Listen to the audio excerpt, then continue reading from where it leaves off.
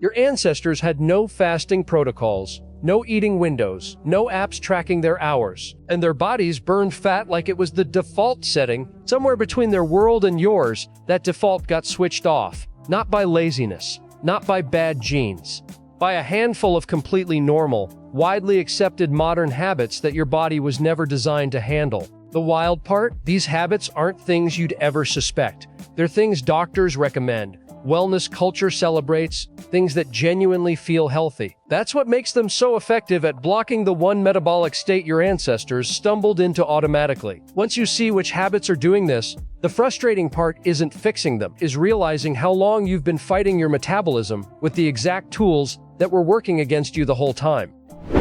Before we get into this, always check with your doctor before making significant changes to your fasting routine or diet, especially if you have any underlying health conditions. What I share here is educational, based on research and real experience, not personalized medical advice. Now let's go.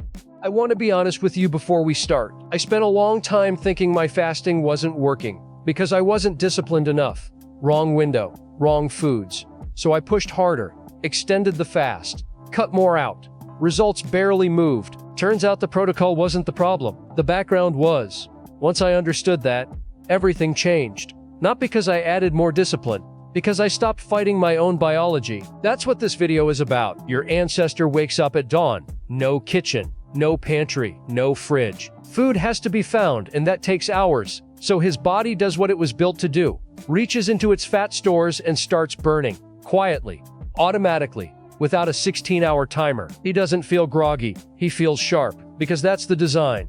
A hunter who can't think clearly on an empty stomach doesn't catch anything. Hunger was supposed to sharpen you, not slow you down. Sound familiar? No, and that's the problem.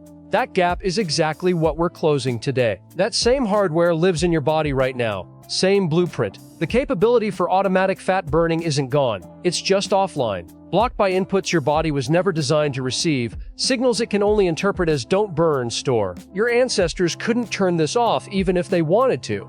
You turned it off by accident, just by living a normal modern life. I'm going to walk through 4 conditions they had automatically that you've lost. Stay until the 4th one. It's the habit sitting inside modern wellness culture dressed as health, celebrated and actively taught.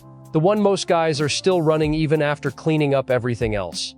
First, let's start with what happens before you even close your eyes.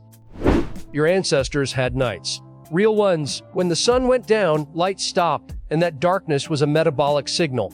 It told the body, activity is over, recovery can begin, access the stored fuel. Your body still expects this signal. It runs on a circadian rhythm calibrated by millions of years of actual day-night cycles. And one of the most important things that rhythm controls is when your metabolism shifts from storage mode into burn mode. Here's the problem. You're feeding your body artificial light from the moment you wake up to the moment you fall asleep. Blue spectrum light from screens, LEDs, the phone on your nightstand. Your brain reads this as it's still day. And in day mode, your body delays the metabolic shift that was supposed to begin when darkness fell. Think of it like a factory switching from production to maintenance at midnight.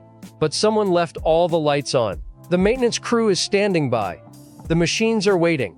The signal never comes. You stopped eating at 8 p.m. thinking the fast was running. But your body didn't get the night signal until 1 a.m. Your fast only had a few real hours to work under the right conditions. Ever wonder why you wake up after a long fast and still feel heavy, foggy, not that clean feeling people describe? This is likely why. The fix: dim lights after 8 p.m., blue light off an hour before bed, phone out of the room. Darkness on purpose. Your ancestor got it for free. You have to engineer it. But here's where it gets interesting. The second condition isn't about light at all. It's about something your body receives every few hours during the fast itself, without you realizing you're sending it. This one surprised me, because I thought I was doing everything right. Clean fasts, tracking the window, feeling the hunger, still confused about inconsistent results. Turns out I was sending food is coming signals every hour of the fast without knowing it, and a body that thinks food is coming doesn't let go of what it's holding. Your ancestors experienced real hunger, not the mild, I could eat signal most people mistake for it. True hunger, hours of it. That hunger wasn't just uncomfortable, it was metabolically productive. The body saying, We've used what's available, now we're going deeper. Most people today never reach that state. Not because they eat too much, because they eat too often in terms of signal, not meals. Constant access to food, the smell of it, the thought of it, the visibility of it, triggers a cephalic phase response. Your body starts preparing for a meal that never comes. Small insulin release, digestive enzymes, and anticipatory signal that keeps your system in fed mode even when you haven't eaten. Add flavored drinks, gum, artificial sweeteners during the fasting window, all triggering taste receptors, and your body is getting food is coming signals every few hours. You're fasting in calories, not in signal. You know what I'm talking about, right? The flavored water that's 0 calories. The sweet pre-workout, the gum, all of it happening inside what you're calling your fast. A confused metabolism holds on. It doesn't release fuel when it's uncertain whether more is arriving. The fix: remove the signals, not just the calories. Plain water, black coffee, nothing flavored. Walk away from the kitchen. The absence of food cues is part of the protocol, not a detail. There's a third condition running underneath both of these, and it's the reason some guys fix the light and the hunger signal and still can't move the deep belly fat. This one lives in your nervous system, and for most modern men, it never fully turns off. Your ancestors had stress, real, immediate, physical stress. But here's the critical difference. It resolved. The threat appeared. Cortisol spiked. They responded. The danger passed. The cortisol curve came back down, and that drop was a metabolic green light.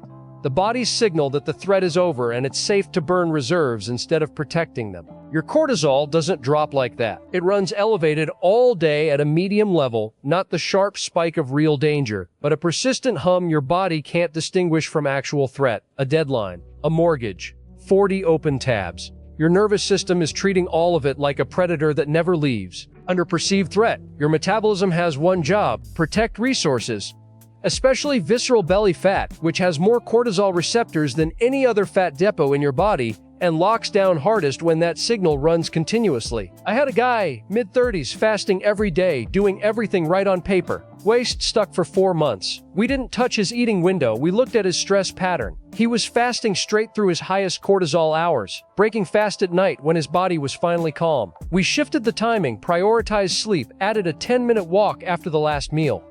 6 weeks later, 3 inches off the waist, same discipline, different conditions. The protocol is right, the biology is blocked. Gorilla Mind has never been about doing the hardest version of everything. It's about knowing where the effort actually lands. More aggressive fasting under unresolved cortisol makes this worse, not better. The body doubles down on protection. The fix: 10 minutes of stillness after meals. Sleep is non-negotiable, movement that recovers instead of stresses. A body receiving recovery signals starts releasing what it's been protecting. We're 3 conditions deep, and the 4th one is different. It's the one that doesn't feel like a mistake at all. It feels like exactly what you're supposed to be doing. This one is going to reframe everything. Think about the last time someone told you to keep your metabolism running. Eat consistently. Don't skip meals. Keep the furnace stoked. This advice has been repeated so many times by so many well-meaning people that questioning it almost feels irresponsible. I believed it for years. It was quietly working against me the entire time. Your ancestor never ate on a schedule.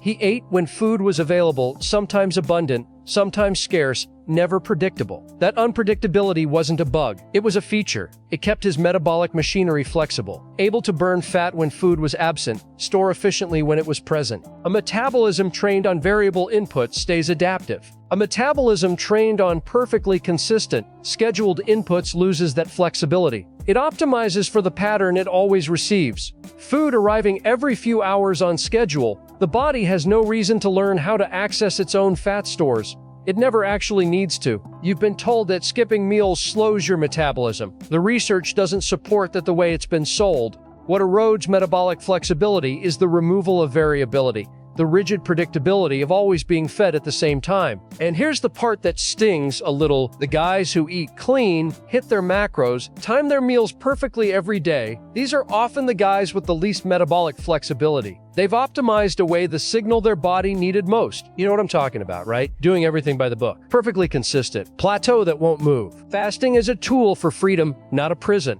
But layering a fasting protocol on top of a metabolism trained to expect clockwork feeding is like pressing the gas with the parking brake still on. The effort is real. The result isn't. The fix isn't chaos. It's intentional variability. Occasionally extending the fast beyond your usual window. Occasionally running a lighter day without compensating. Letting your body experience the signal that resources aren't guaranteed, and watching the fat-burning machinery remember how to respond. Your ancestor wasn't optimizing. He wasn't following a protocol. He was just living in conditions that produced all the right signals automatically. Darkness at night. Metabolic shift triggered. Overnight fat burn runs clean. Real hunger. Actual fasted state reached. Clear signal to access stored fuel. Stress that resolved. Cortisol dropped. Belly fat unlocked. Variable food access. Metabolic flexibility maintained. Fat-burning machinery stayed sharp. You removed all four, not intentionally, just by living in a world that made them inconvenient or invisible. And then you layered fasting protocols on top of a biology still receiving all the wrong background signals. That's why the same protocol gets dramatic results for some guys and barely moves the needle for others. It's not genetics, it's not willpower. It's the conditions the body is running on while the fast is happening. I've been that guy running the right protocol on broken conditions. Most guys I work with have been too. The fix isn't harder fasting. It's a better floor to fast from. Fix the background. The fast becomes a different tool. The 4 conditions, how to reset each one, and the exact sequence to apply them. It's all in the pinned comment. One place, ready to use tonight. No need to re-watch or take notes. Grab it now. And if this just explains something you've been trying to figure out for months, subscribe. The guys who stay here stop running harder on broken conditions and start actually fixing the floor. That's the whole game. Your body isn't broken. It's responding perfectly to the signals it's receiving. Every habit we covered today felt normal, felt healthy. In some cases, felt like discipline. That's exactly what made each one so effective at working against what your body was trying to do. Your ancestors didn't have a fasting protocol. They had conditions, the ones their bodies were built for, running automatically, producing the result you've been working this hard to chase. You're not far from those conditions. You just needed to know which modern habits were standing between you and them. Now you do. Go focus on the carcass.